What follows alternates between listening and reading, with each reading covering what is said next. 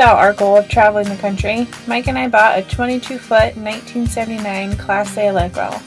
It came completely original with 58,000 miles on it.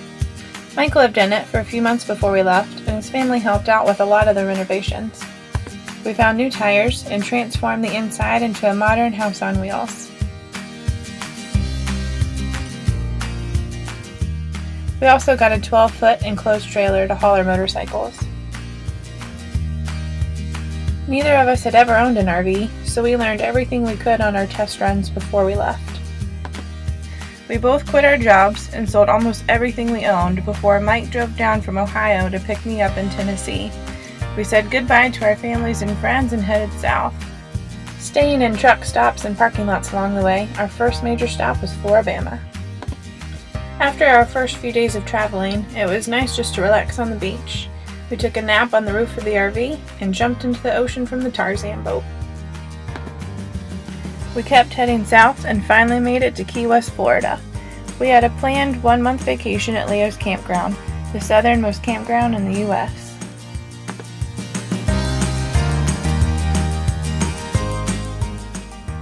We unloaded the bikes and started exploring.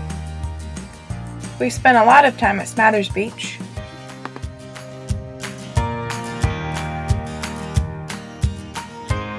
We ate lunch at the Stone Crab, where nurse sharks gathered right off the dock. We spent a day at Fort Zachary Taylor State Park and visited the southernmost point in the U.S.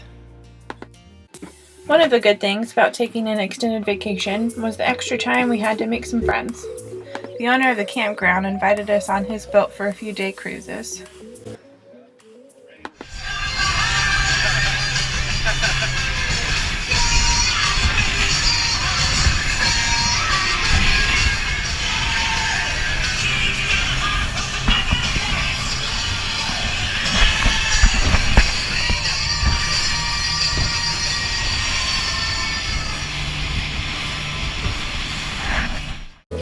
We passed a boat washed ashore, and we went snorkeling around the reefs and swam with some wildlife.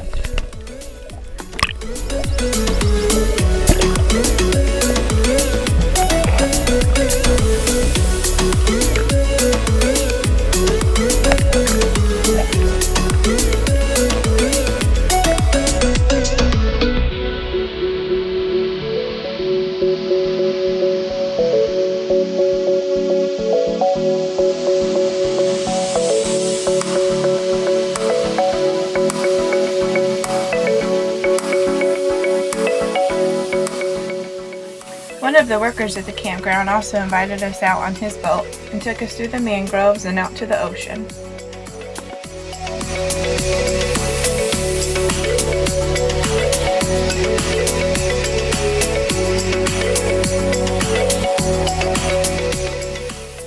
As we came out of the mangroves, we passed by a family of manatees. We found a place for snorkeling, and we spent a day at the sandbar. We had fun at the local jumping bridge.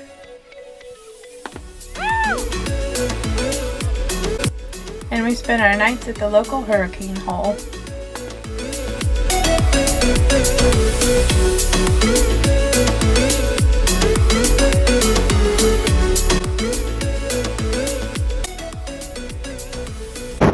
We had fun riding with our friends in the Phil Peterson's Poker Run.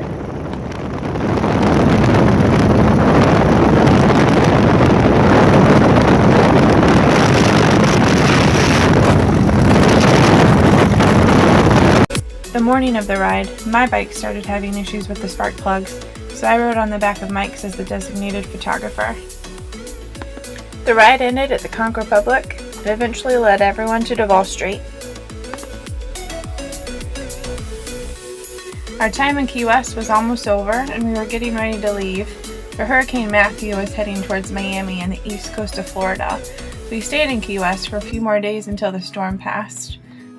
Then it was time to go. It was time to say goodbye to this beautiful island and our new friends.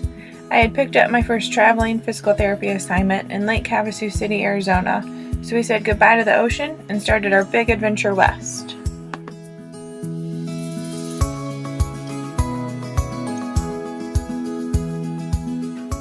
made a few pit stops along the way. We took a day to relax by Geiger Lake in Hattiesburg, Mississippi, got on our bikes for a ride at Copper Break State Park in Quanah, Texas, and signed our names on the Cadillacs at Cadillac Ranch in Amarillo. We were having fun exploring, but the old girl was getting tired. She required more frequent rest breaks and had several small breakdowns, but every time Mike was able to get us back on the road. Until we were just outside of Santa Rosa, New Mexico. We were climbing a steep hill and we were going slower and slower. We heard a horrible noise and the old girl stopped climbing. Mike popped the hood and noticed a rod through the oil pan. She was done.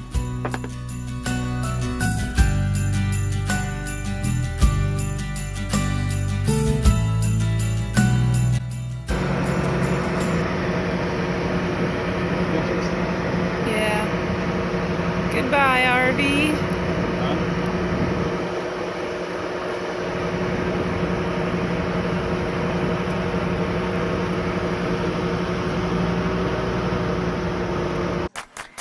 We got a U-Haul to get our trailer to Arizona.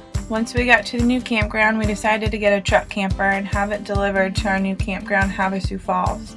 The following week, I started my job at the hospital, and Mike found a job at the local hardware store. We got settled in and could finally start exploring Arizona on the bikes. We learned the hard way not to rely on the GPS in the desert. We got stuck on an 11-mile primitive road. An hour later, we finally made it to a paved road on top of a mountain, and Mike realized he had a flat tire. After we got the new tire, we took a ride on the famous Route 66. The desert was definitely a dry heat, which drove us straight to the lake. We ended up buying an inflatable boat just to get out on the water. Since we weren't home to have a traditional Thanksgiving this year, we ended up at the Nautical Beach Bar for dinner and met some good people. They showed us the Desert Bar, which was in the middle of nowhere, and Fox's, right on the Colorado River.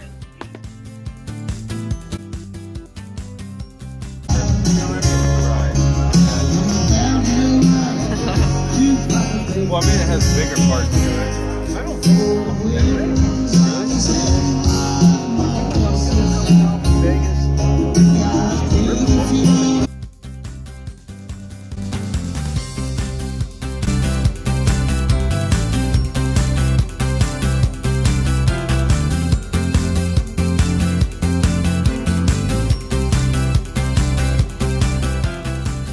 By December, it was getting colder, so we finally bought a 1996 F350 to haul our camper.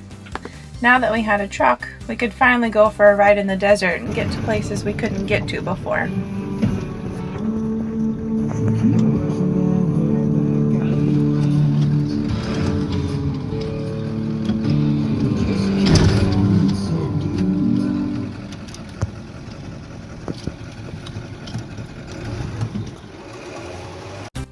We saw some desert donkeys, and we camped out on BLM land.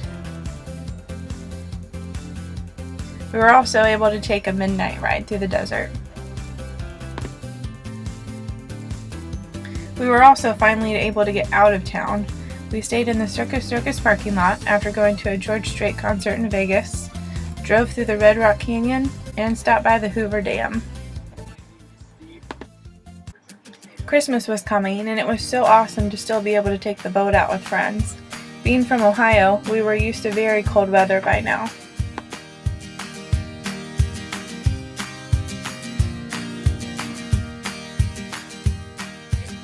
While out on the lake one day, we stopped at the annual VW Buses by the Bridge, where thousands of VW bus fans camped out right on the lake. Another day, there was a hot air balloon festival right over the channel. the whole carriage. Wow, look at that. In February, our work assignments were coming to an end. On our way back home east, we bought permits to hike Havasupai Falls, which is a 10-mile hike in and out of the Grand Canyon.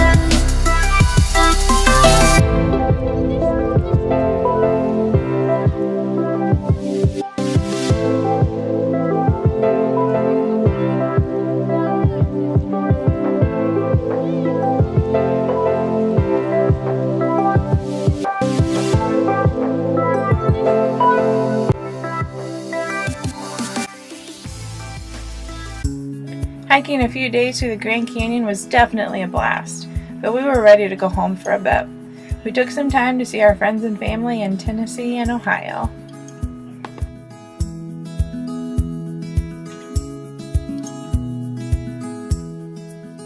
And then we were back on the road. We drove to Mount Desert Island, Maine to see the country's first sunrise. We found a hidden cave only visible in low tide.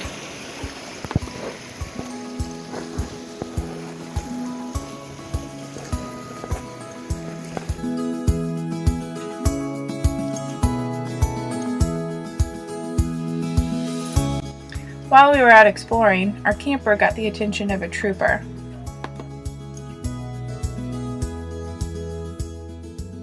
After hearing several sirens go off, we came up the hill to see what was going on. He thought we were camping out in the parking lot, which is illegal on the island unless in designated camping areas.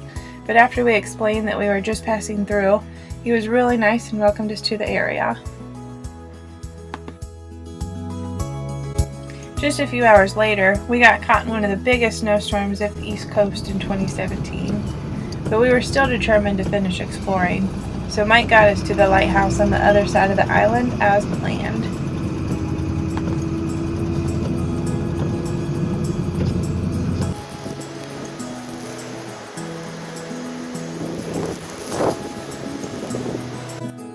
We made it down the coast to Portland for some lobster.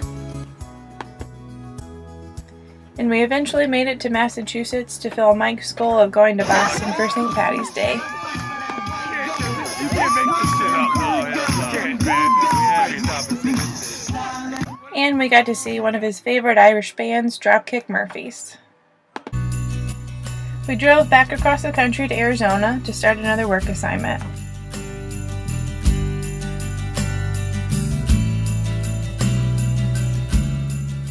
We had been back about 2 weeks before our truck caught fire in 127-degree heat. An unknown leak looked to be the cause.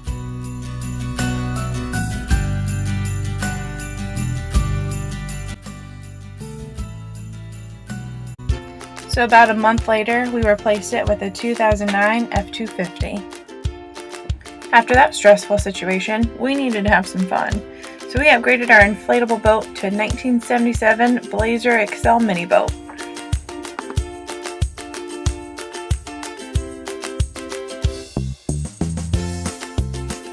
Our friends also invited us on their boat for great days on the lake.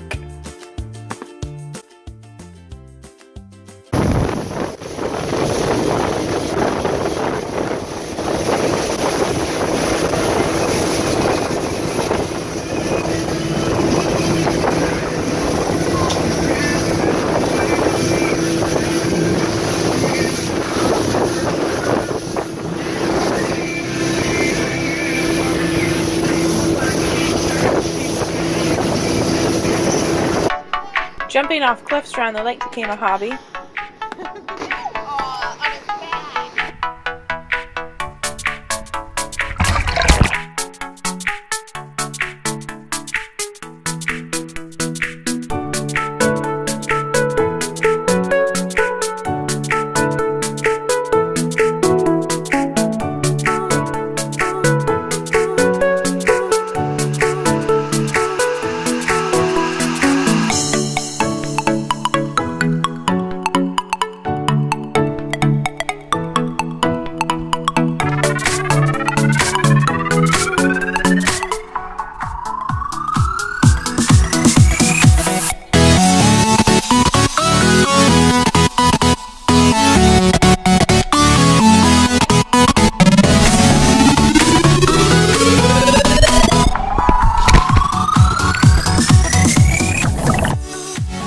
also explored other places. We went to Sedona,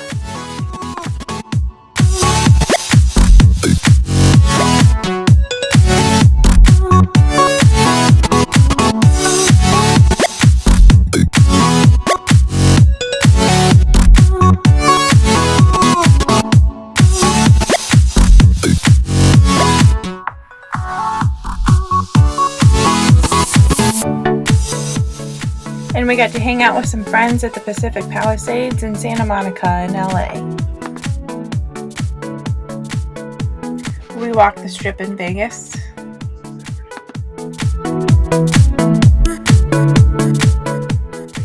We spent some time exploring Death Valley National Park. We saw the Badlands of Furnace Creek, sand dunes, and the lowest point in North America at the Badwater Basin Salt Flats.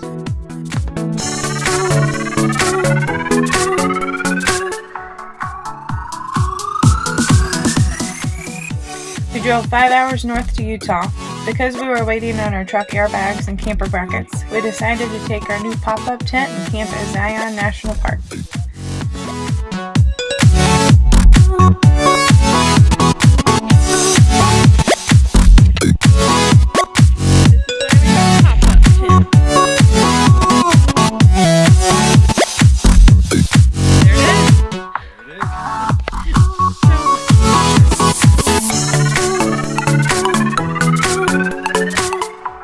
So just 20 minutes outside of the south entrance of the park, we had the whole place to ourselves. And then we found a mason jar full of things other people had left behind. Assuming it's the geocache, I think is what they call it. So, yeah. Best damn Beer, I hope. bottle cap. Yeah. There's that. You got this little guy. Little bottle, a little ducky. Looks like it was 2 people that have visited this, which doesn't really make sense with all the other stuff in there. They might have put multiple stuff in it. Yeah. So we got Mike and Vicky, and Florida. Jack and Ursula. It started on 3/29/17 and then 8/9/17. And today's 9/16. Mm-hmm. And we put, where's our We're gonna little put the guy? Smurf in there. Yeah, we're gonna add the Smurf. That's something we found in the truck, so no Yeah, when we bought it. big meaning to us. And it was over here. Right down in there. Right at the trunk of a tree. Cool. Found it on my morning pee. Very exciting.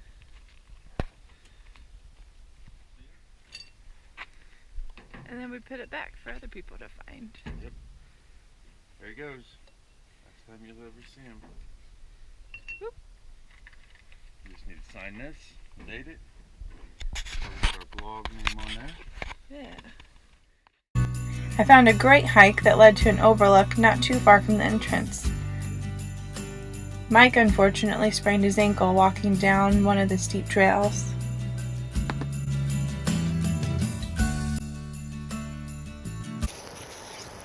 What happened there today, babe? We didn't go to the bar and went hiking instead. We got the deal,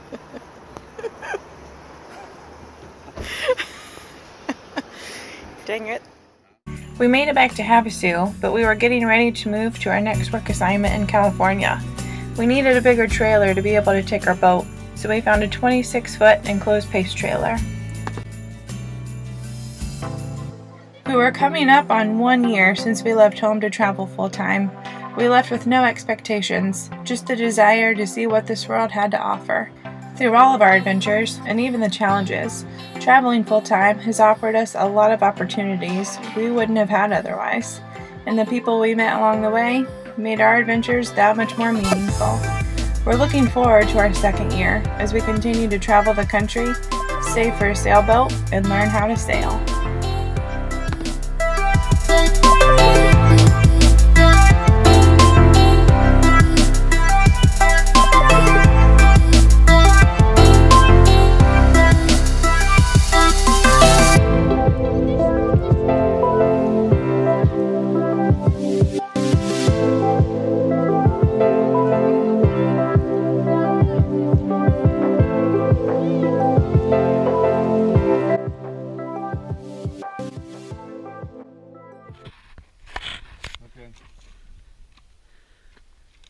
What'd you find? I don't know what to do with my hands. Anyway, we found.